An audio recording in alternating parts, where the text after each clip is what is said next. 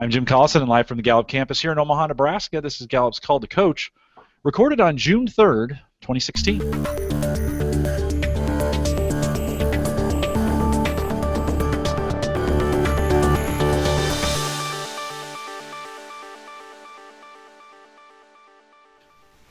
Call to Coach is a resource for those who want to help others discover and use their strengths. We have Gallup experts and independent strengths coaches share tactics, insights, and strategies to help coaches maximize the talent of individuals, teams, and organizations around the world. If you do have questions during the live webcast, we do have a live chat room that's available for you right down below the video window if you're catching us on our live page, coaching.gallup.com/live. There's a chat room there. Just log in, choose the guest account, put your name in the guest section, hit submit. No need to create an account for that, and that'll put you in chat. You can ask live questions during the program as well. If you're listening to the recorded version or have questions about custom strengths coaching solutions for small, medium, or large organizations, contact us, coaching@gallup.com, or use the contact form right there on the live page.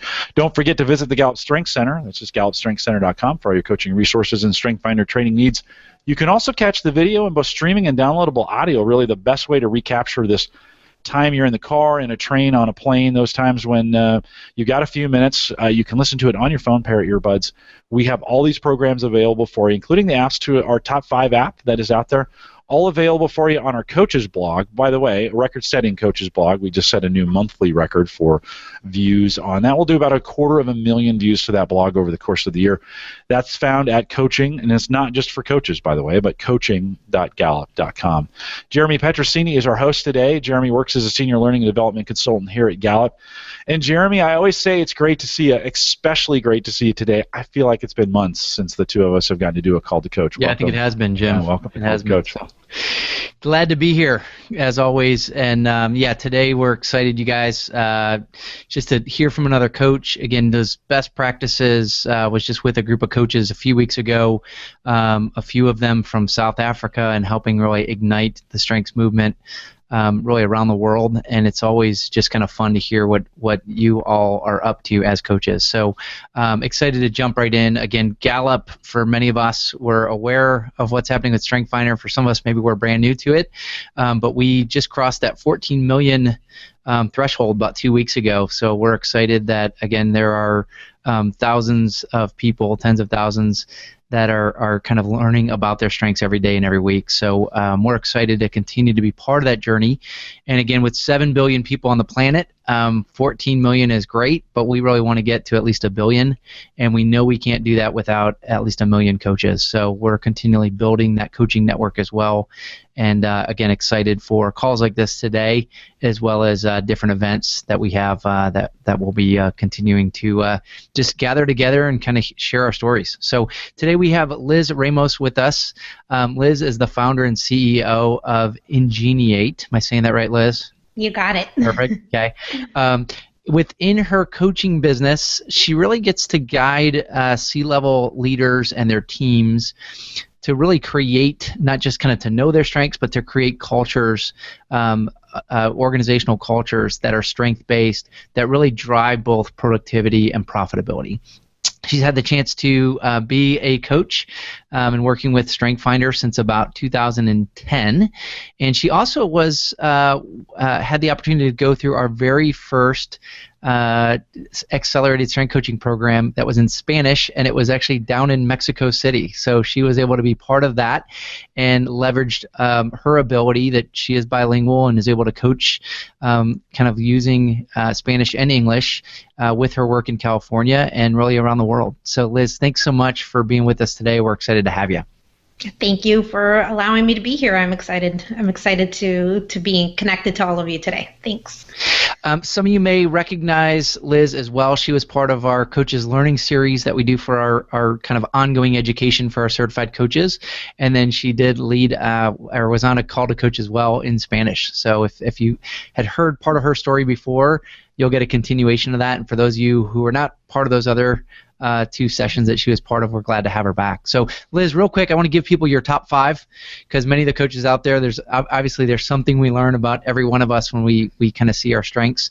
So restorative being number 1. I think I told you on our pre-call I'm maximizer, so there's a little bit of opposites to what we both bring to the table.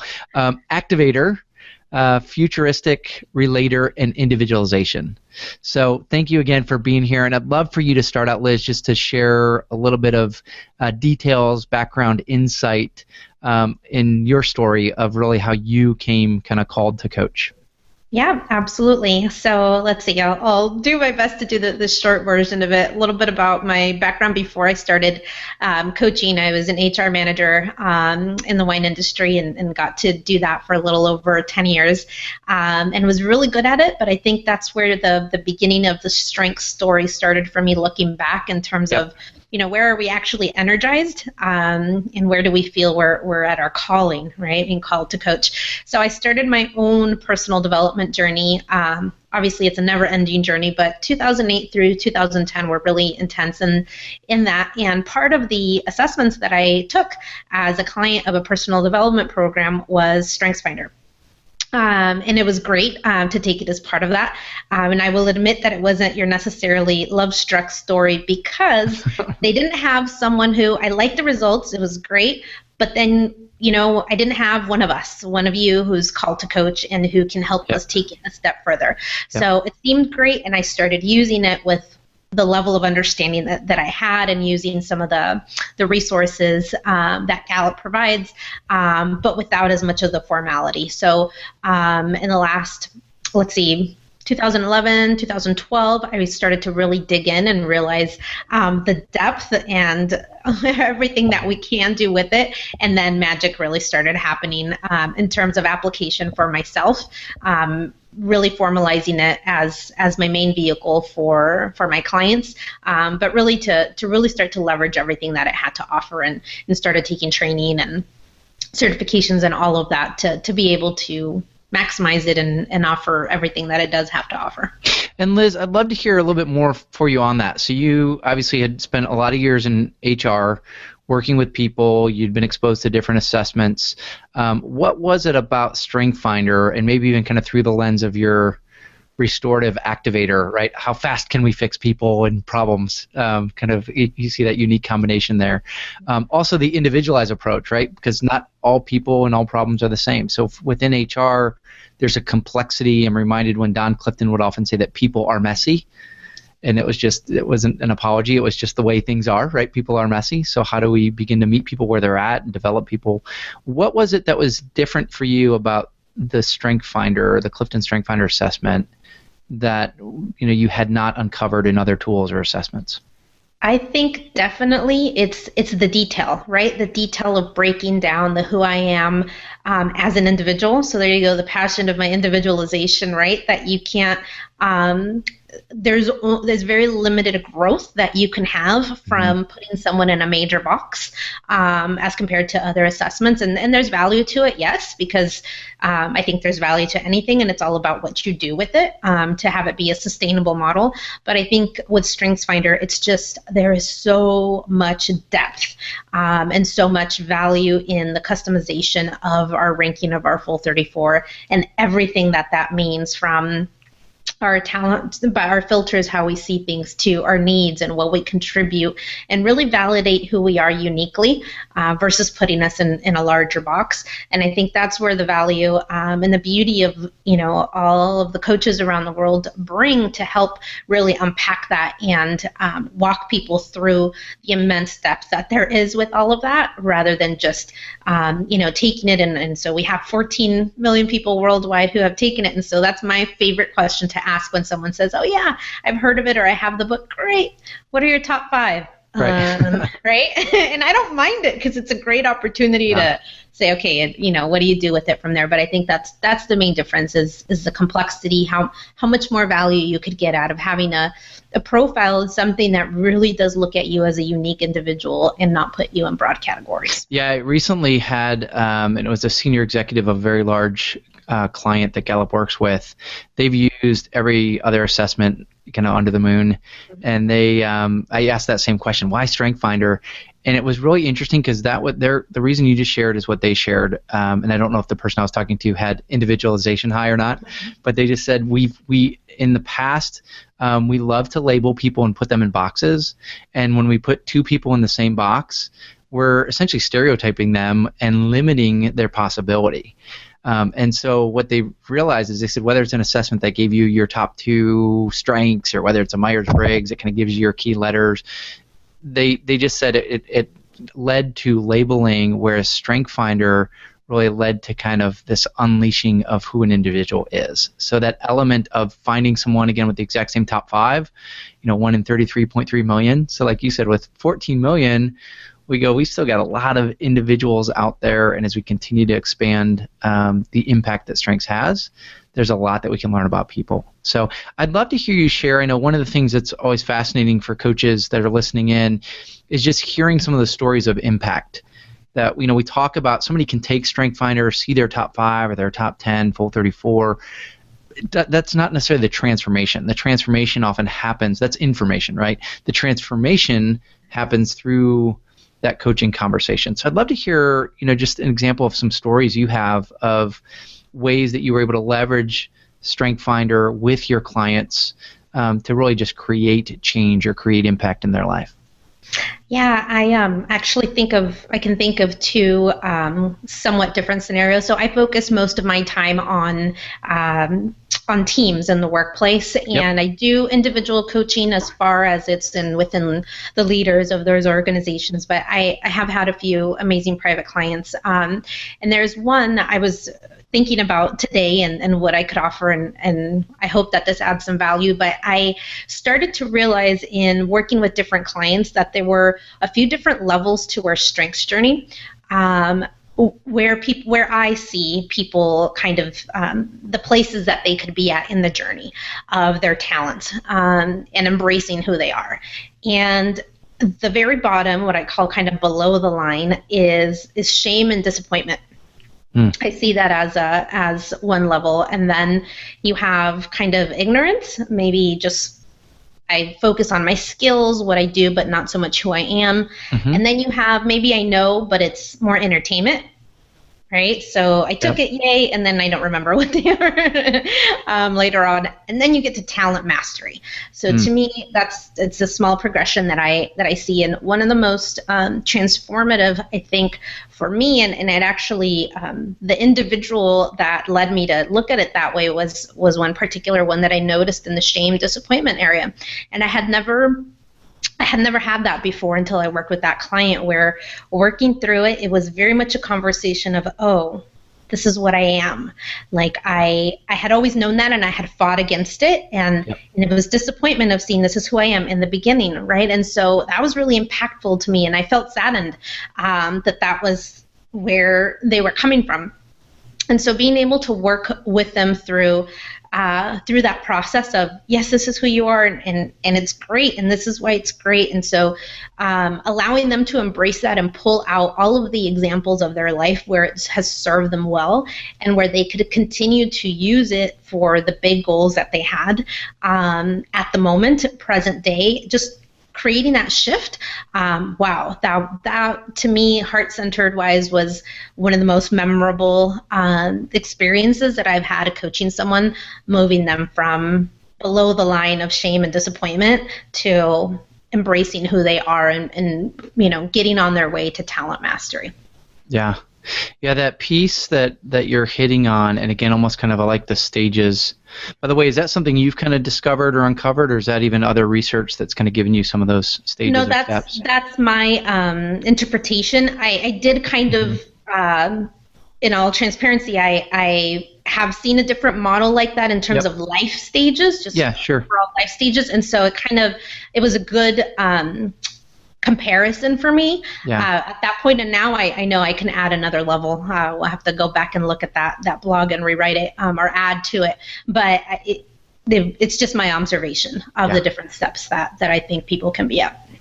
Yeah, and again, like you said, that movement within people, and where I talked about, again, information to transformation, people can read their report and go, yeah, that's me, or they may misinterpret it, or it might even still add to that level of shame, like, oh, I'm an achiever, right? So that just means I work too hard and I work too much and don't give enough time or energy or effort to my family. But there's those guilt factors, and we are so often as human beings trying to be like somebody else, instead of, again, what Don Clifton would often say is just how do we help people to be the best version of themselves that they can be. So I think that element in the story you just shared is exactly that. Like, hey, who are you, and how do we embrace you?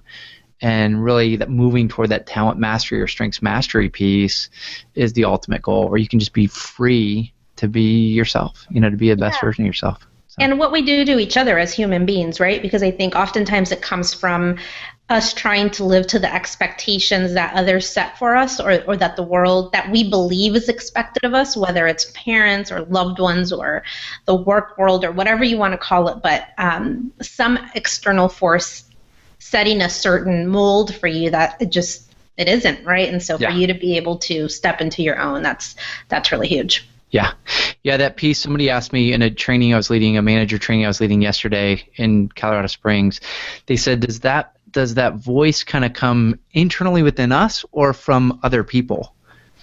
My response was like, yes. It's sometimes both, because when we even teach in our strength coaching courses about barrier labels or balconies and basements, or in our manager training, do your themes help you or hinder you, right? Is my maximizer more critical, or is it really that I can see things that have potential to be great? And it could be both, and that might be my own criticism of self and then the shame that I feel from that, or it could be, criticism I've had from other people that have made me think that. So there was actually a book I read called The Art of War, The War of Art, which is the opposite of the book we all know, The Art of War. But The War of Art was interesting because it focuses on anytime you try to be creative and do something meaningful or with mastery, whether it's the beautiful painting behind you, or whether it's kind of the element of thinking about trying to be a better version of yourself or produce more. It said there's often this internal heckler, is what the author talked about, this internal heckler that wars against us, that wars against the creativity. And so again, is that something we heard from somewhere else or something we heard from self? And as a coach, I think what you're doing with your clients is really diffusing that or diminishing that. So I know you said you had a couple stories of impact. So. Yeah, the other one, so working more in a team environment, I think, one of the things I love about working with organizations and with people that lead others is the amount of impact that you have through sustainability of, if you will, of how we have this goal of having as many coaches to help spread that culture. I think it's the same within organizations, is how do you help them as a coach to create something sustainable beyond our time there, and I believe that that's through the leadership and managers. And I'm often amazed, I love working with top levels. This particular individual is a middle manager, and I never cease to be amazed what little training managers get when they get promoted into a role of like, here you go, have fun. Figure it out. Yeah, figure it out. So I have been working with this team for about a year and a half, and I remember the first time I walked into the full room with all of them, a team of 12, and you could literally just cut the room, right? The energy in the room with the knife, it was so tense. So walking through that process and that journey with that new manager who had never been a manager before, and transforming a team that had a lot of culture, a lot of baggage way before him, of course, over this last year and a half, and enabling him to work with his talents and his strengths, but really direct it and customize his coaching ability in those individual conversations where it makes, I believe, the biggest difference. Adapting that to the talents of each one of the team members feels like really huge when, the last time I was with them, they were laughing, collaborating. The level of projects that we worked on were on a different level, and it just brought so much joy to my heart to see that transformation.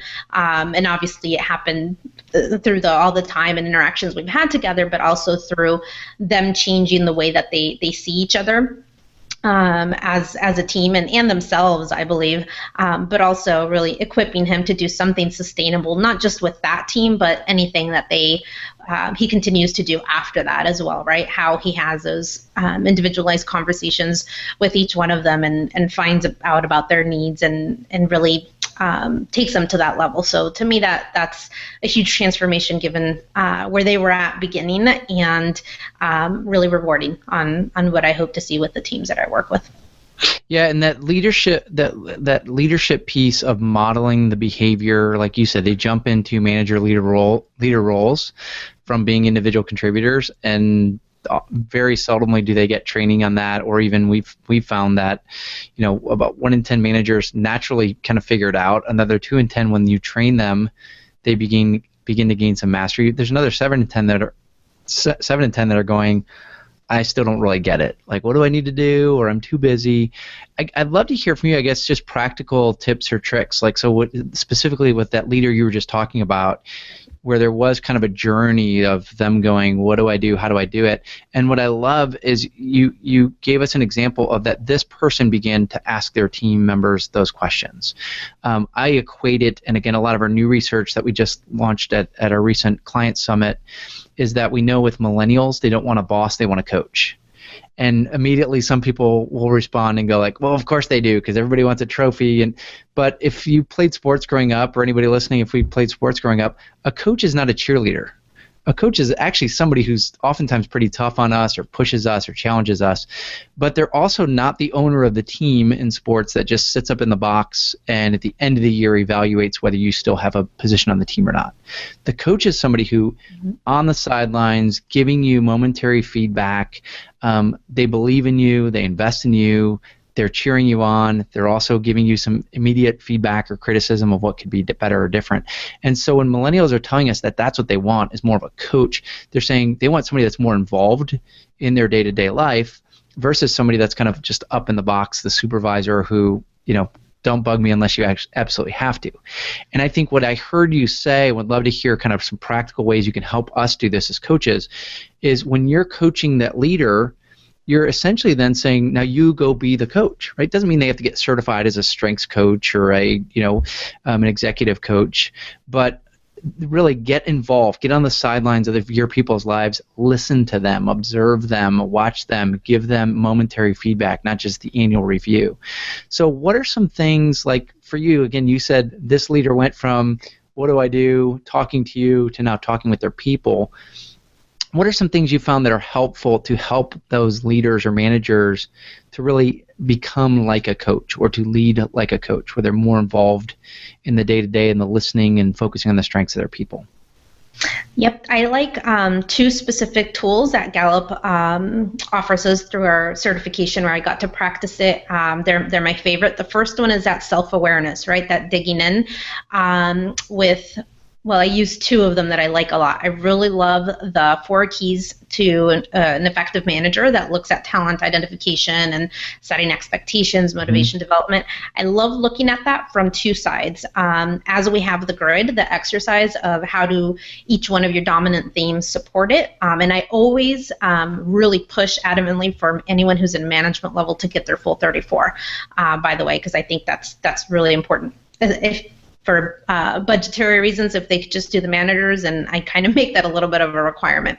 So to do that exercise with their dominant themes, but to look at it from both sides, what it gives you, what's the added value, how does it support accomplishing those 4 things, but also the flip side of the basements, the possible basements, or how could it detract from those things. I found that one of my most challenging clients at a C-level, he's like, yep, I got this, and yep, I do it really well, and he had a lot of great examples. Like, there was nothing, it was difficult to get him to any point of I could improve anywhere, right? Or right. I can grow anywhere. So having them look at that area through both sides of the coin, as well as the Johari window exercise, has been great for the self-awareness conversations with them, to really take ownership of their talents. How do they come across as strengths? How do they sometimes detract from being efficient with doing these things? And then moving them into the exercise, and this one I forget the title, so you'll have to help me, but the one that compares the strengths profile for their team members, where it compares their top 5 to the manager's dominant ones, yep. Right? And it's just the team domain chart. Yep. Exactly. So, and then they can ask those individualized questions in a conversation with their team members. And that has been really great because that exercise is a great opportunity for us to practice what does it really sound like to coach them. It's not just, reading the question, what do you get, but digging in and through that and then practicing it with the different individuals has really unleashed a lot of great feedback that they weren't aware of in terms of how they like to be motivated or what their desires are for development, and where they can add to that. So that combination of those 2-3 steps has been great for helping them down that journey. Yeah, that side-by-side comparison piece too, and again, Gallup's written a lot on this. Even in our book, The Power of Two, we talk about one of the things that great partnerships have. When you hear people go, the number of executives I coach that go, I need to have my spouse or significant other take this, or can I do this with my kids? And of course, we just published Strength-Based Parenting that lets a parent do that. So what are my themes and what are the strengths of my kids and how do they compare, or comparing two of your kids next to each other and going, wow, they're so different. We feed them the same and have raised them the same, but yet they're so different. And I think that comparison piece, what it reminds me, and I'm hearing you say this and you can expand on this, is what it lets them do is, again, not just be aware of somebody else's themes or the person they manage their themes. So kind of the what's wrong with them. Again, you're restorative, my maximizer. We might look at each other and go, oh, you drive me crazy. Where we can really step back and go, not just awareness, but appreciation. What do I appreciate about restorative? What do you appreciate about maximizer? And again, in that manager-team member relationship, or even kind of the manager looking up, if it's a senior level leader with their CEO, it's like, where do those themes kind of collide? Where do they connect? I love the way that Kurt Leesveld would always just say, again, all 34 are equally good, and we need to have a poster child for each. So when we, would highlight Theme Thursday, and I know Jim and you and I were talking about we need to get those in Spanish, right? Or a version of those in Spanish. But that element of how do we really help these leaders, and maybe it's 5 themes at a time, so they just take an individual with their 5 themes, say, how do you really appreciate all 5 of those, and how are they different from yours? And I think that piece where how do we complement each other? How do we really begin to, again, the way Kurt would say is you got to learn about them, but then you need to love them so then you can live them. And so that idea of how do I love restorative in a way that I go, I need more of that. Instead of you being less of that, I go, I need more of that. And so Liz, keep being more of you. And especially as the leader, then they begin to, as the team leader, manager, they begin to be the one pulling out the best of their team, which is what I hear you saying. And again, just using those simple Gallup tools to help them begin to do that, which is great. So. Yeah, absolutely. And that's where the true development happens, right, in relationship to others. So it's a great example of that. Yep.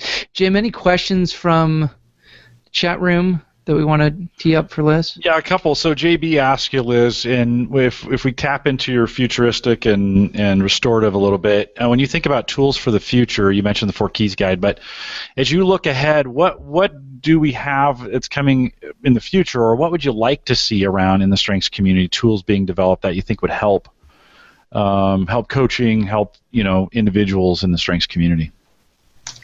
In general? Yeah, just looking forward.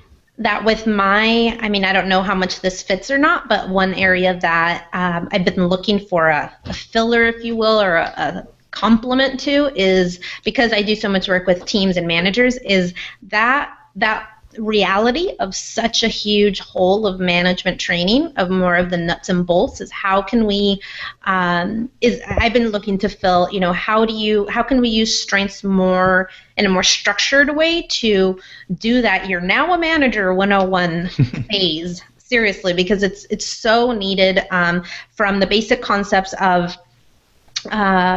moving from making that change, that hop from an individual contributor to a leader of others.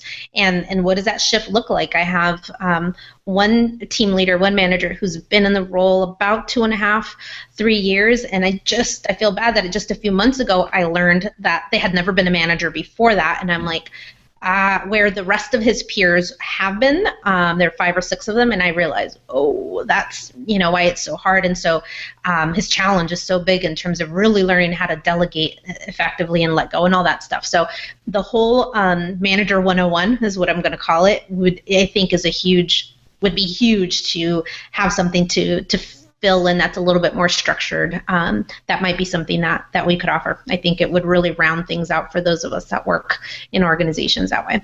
Yeah, we do. We are offering some new courses on high performance management. HPM is what we call it, and those have gone through several iterations. Coming kind of out of our Great Manager program from the last decade that we've done. And Jeremy, maybe you could speak a little bit more to that. That's fairly. I mean, we've been working on it over the last couple years. We've highlighted those sessions and have run those here in the United States. Anything else you want to add, Jeremy, from just a Gallup perspective on high performance management? And don't forget, you're muted. Yeah, I would a couple things. So one, I was actually reaching over to grab this book, which some of you may have seen before, decades ago, even First Break All the Rules. But we just republished this, kind of an updated version, forwards by Dr. Jim Harder, our chief scientist. Really, I would say this is kind of almost like a manager's kind of the Manager 101 guide of what is Gallup uncovered about what managers need to know about business.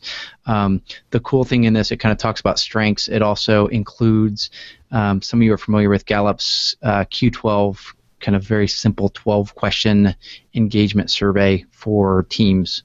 We recommend kind of teams of 5 to 20 that you can kind of just understand what levels of engagement. The cool thing with this book, it now has a code that your team can take that engagement survey. So those, again, even Amazon.com, you can find those. What's great with that, so that's a great kind of intro to management. And then Jim referenced Gallup's high performance management course. So a 2-day intensive where you really understand what does it mean to focus on strengths, engagement, and performance. That all three of those things are three core characteristics, or I would say ingredients, to being an effective manager. And like you hit on, Liz, majority of managers don't get trained, or when they get trained, it's more in the logistics and kind of the HR functions of hiring, firing. Yeah, right. It's not how do I develop my people.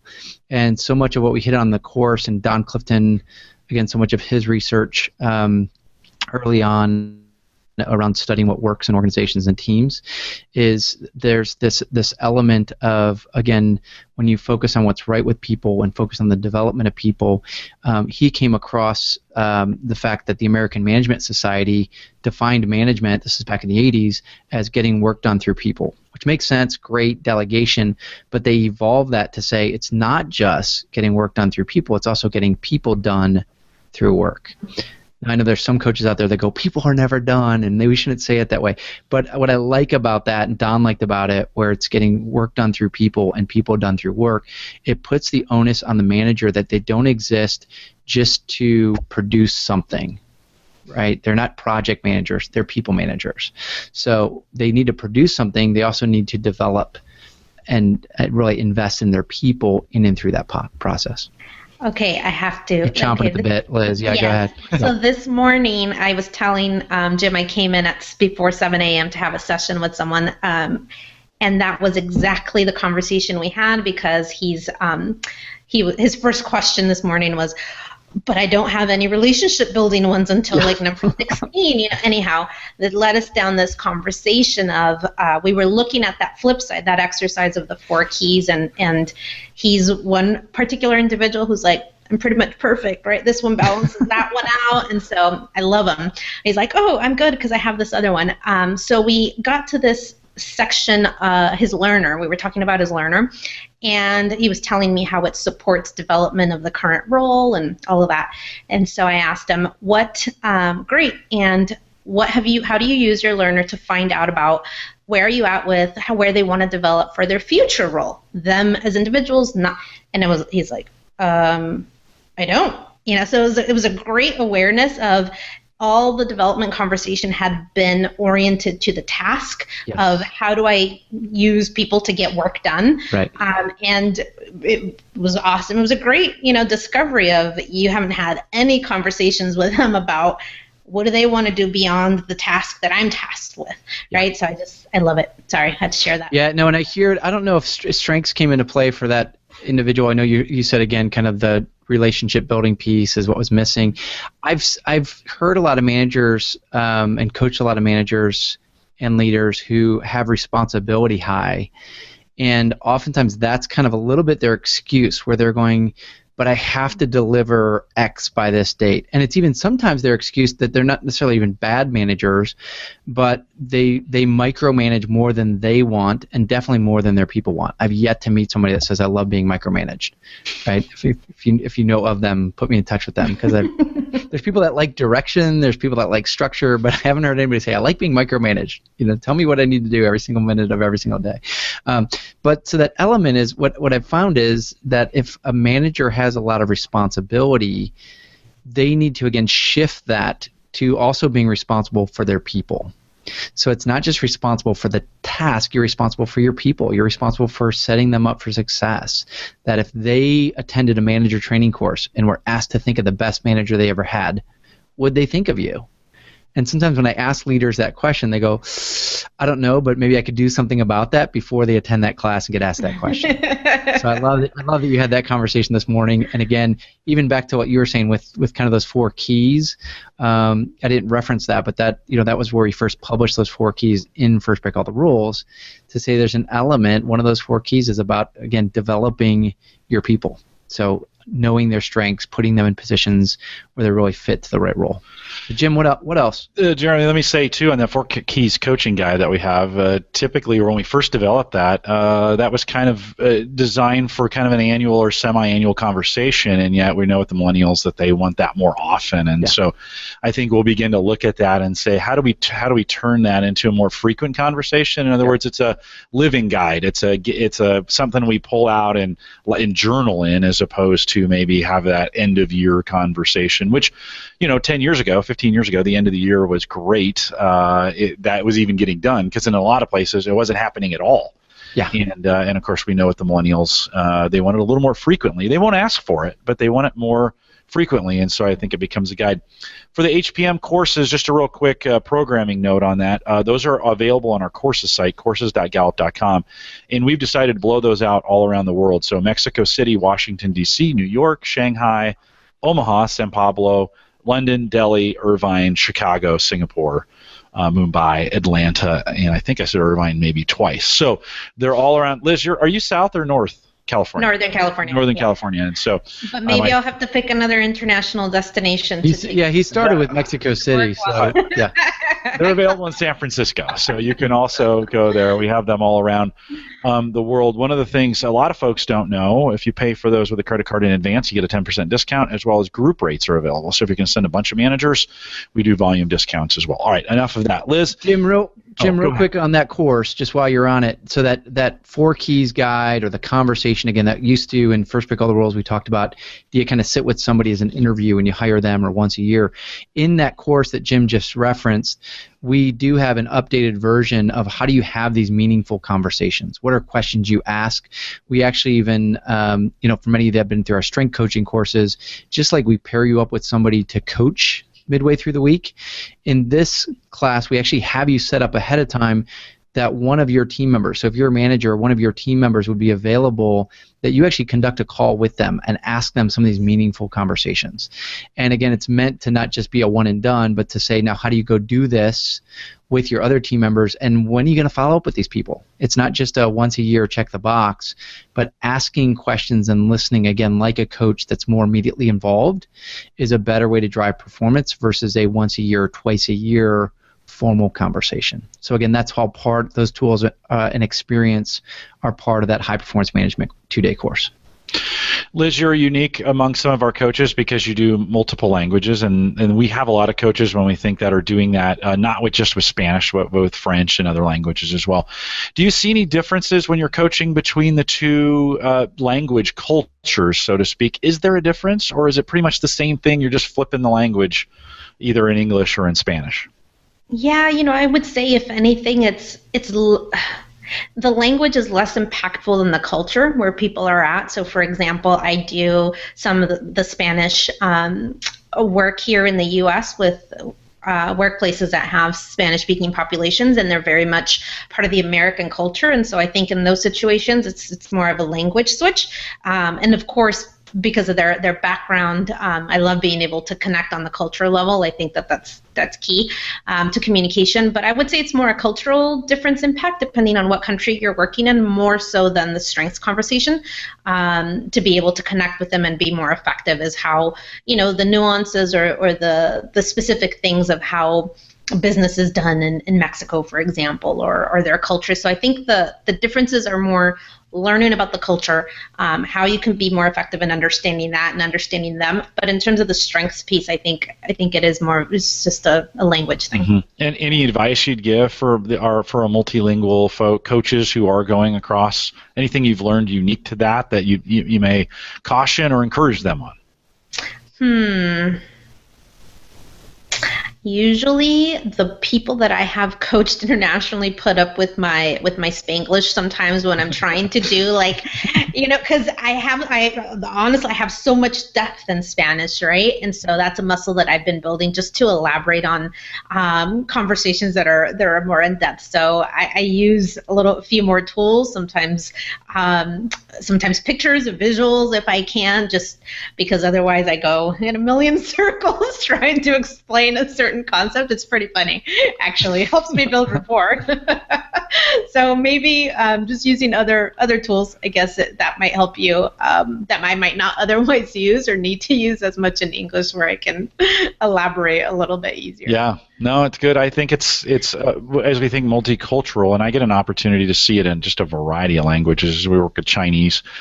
I mentioned Korean a little bit earlier. We get to work with that, and it's always fascinating to me when we do Call to Coach in India or in Singapore, even Australia. We often ask for those cultural differences a lot. We get used to this being a uniquely American thing, sort of, right? But as it's making its way into these other languages or other cultures, it takes on some interesting problems or some interesting strengths when we think about in some cultures. In India, there's still kind of this idea of being very well-rounded, and we're going to have to kind of get that kind of beat out of the culture, or for people to see it take place. Where in Singapore, so to speak, there's a very aggressive culture of improvement, and so that coaching movement takes on very, very quick. It goes very, very quickly because people are open to that. Here in the United States as well, that works. In Latin America or in Spanish-speaking cultures, are people open to taking coaches a little bit faster maybe than in some cultures? Do you see that happening? This might totally be my own bias. Well, I know it is, but I think that's why it's so important, depending on, as a coach, the client group that you serve, that your language and the influence that you create with what's relevant to them. So when I talk about increasing productivity and profitability, it depends what you lead with. What's your end result promise? And then coaching or strengths becomes a vehicle too. Mm-hmm. And so as long as you can connect the dots to actual performance and outcome and something relevant problems that they're going through right now as managers or leaders, I've had even the most skeptical, if you will, of leaders to jump on board a lot easier when I'm like, this is what we're going to do. And, it relates to, the sales challenges that you're having with XYZ, and immediately you're like, okay, we got it, and we're going to create an action plan. And so I just think the more that you can tie it to something real for them, then it's the resistance isn't there, but that's in our ability as coaches and our skill in tying it to some real outcomes, to true achievement, right? Awareness, appreciation, achievement. So if you can do that, I think that definitely helps to accelerate that. I think you're right on in the sense that sometimes we try to tie it to feeling good about ourselves. Like StrengthsFinder becomes I want to feel good about myself, and that's okay. But at the end of the day, we need to tie it to a performance outcome, right? How am I making a better version of myself, and how is that better for me and the organization that I serve? And I think, to what you're saying, when we can tie that to a true dollars and cents, whatever that happens to be, whatever that outcome performance is. Do you have any stories? Have you had anything recently where that's been real prevalent and it's become very clear? In terms of an actual outcome actually happening when we think about a performance outcome? Mm-hmm. More so in terms of issues that they're having with their direct reports. So real issues where now there's sometimes you take a few steps forward and then one step back, and it was kind of one of those stories. So the manager that I alluded to with the tough team dynamics earlier, they have come such a long way. And last time one of our most recent conversations was one particular individual that they just haven't made perhaps as much progress as he would like. There's like a full-blown little complaint going on, how that gets formal in organizations, investigation, all of this. But I actually see it, and we had a conversation about how that's something in a way positive, that they can actually get to a place of talking about all these tough issues and all of the perceptions and all of the stuff that I might otherwise just be passive aggressive about had we not made enough progress in strengths-based conversation and culture to even get there, right? Because otherwise you just deal with the symptoms of disengagement without any active disengagement, very active, without any type of conversation.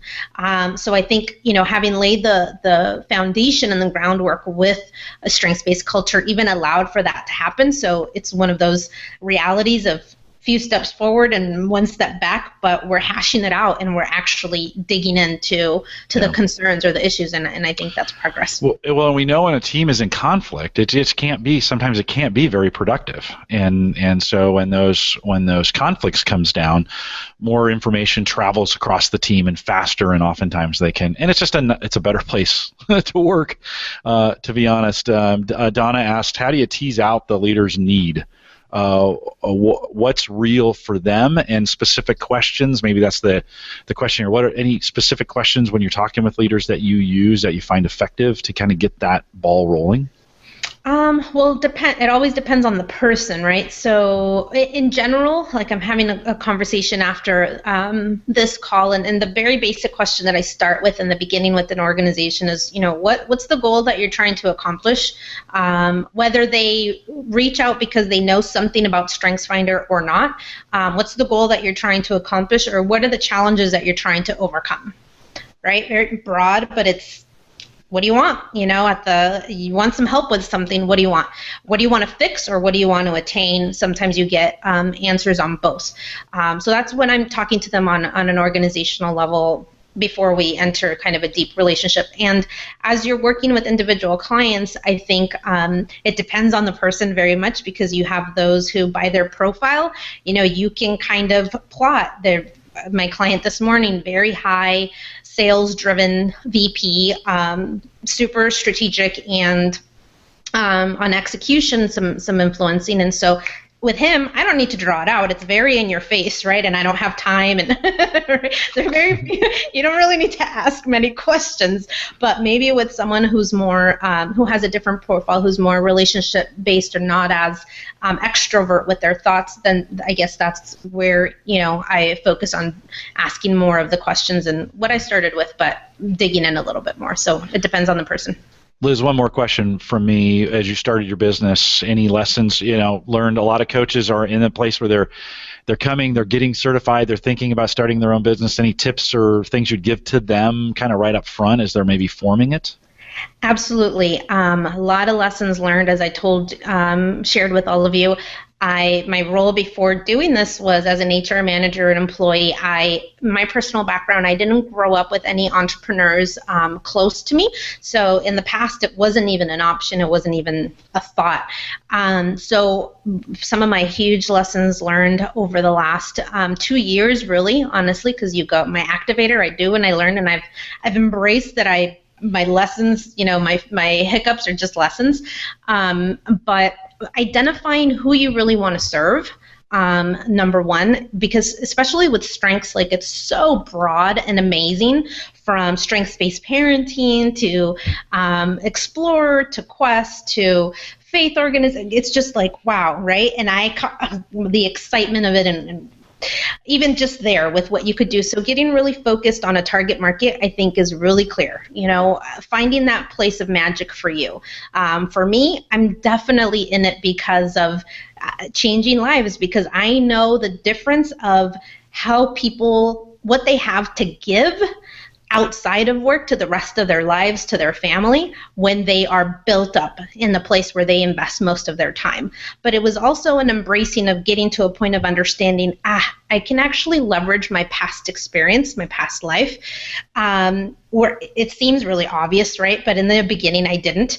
And so I had kind of gone down this more personal coaching road that wasn't the best road for me and what I wanted to build in my business. So getting really clear on who do you want to serve, being laser on your target market, and find other ways to fill some of the other needs, right? I do every quarter, I give back somehow. So in the second quarter, in April, I did a workshop here in our workspace community office for kids. And so their parents came with their kids, and we did Strengths Explorer, and I talked about the parenting book, and it was so much fun, and I got to fill that part of my soul through my give back, right?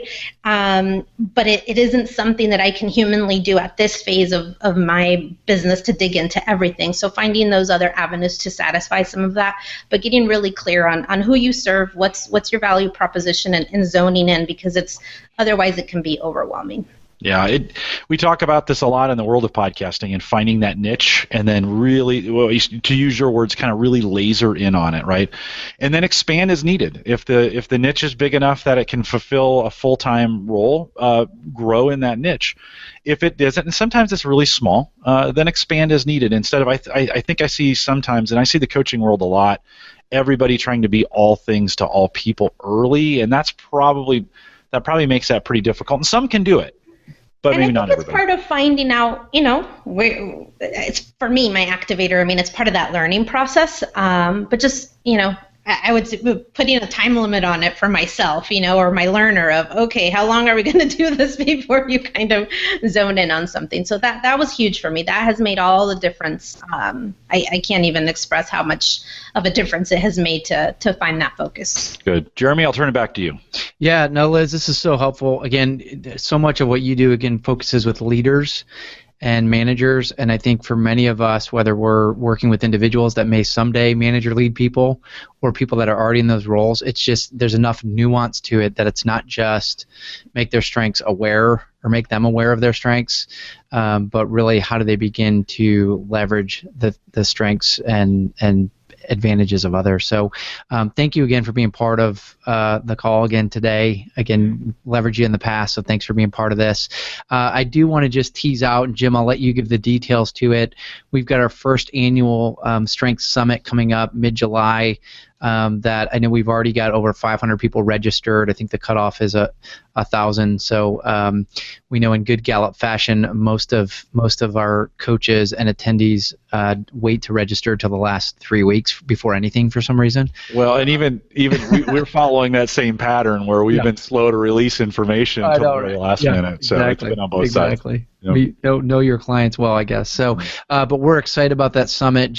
We've got from our CEO to Paul Allen, our strengths evangelist, and others that will just be on the platform talking about the latest, greatest, what we're developing for all of you as coaches to really expand and continue to build out this move and really strengths revolution, as well as intentionally in that summit, lots of breakouts, workshops, where we're going to let you hear from and learn from other coaches. So whether it's, as you talked about, Liz, how do you start the business or make that stretch, or whether it's nuanced in, kind of specific industries or education or faith-based communities, there's going to be a lot of great learning and networking, and we see this as the first of many decades of doing these strength summits. So excited about that. Jim, I'll let you kind of give specifics, dates and where they can register. And super easy. Liz, we're going to see you there, right?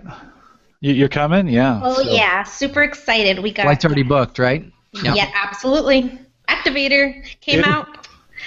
It's going to be a huge reunion. I'm not going to lie. I cannot tell you how many people I've heard from. They're like, I can't wait to get there and meet everybody, right? We've had these virtual communities for the last couple of years where we've all talked to each other via Twitter, Facebook, LinkedIn, whatever.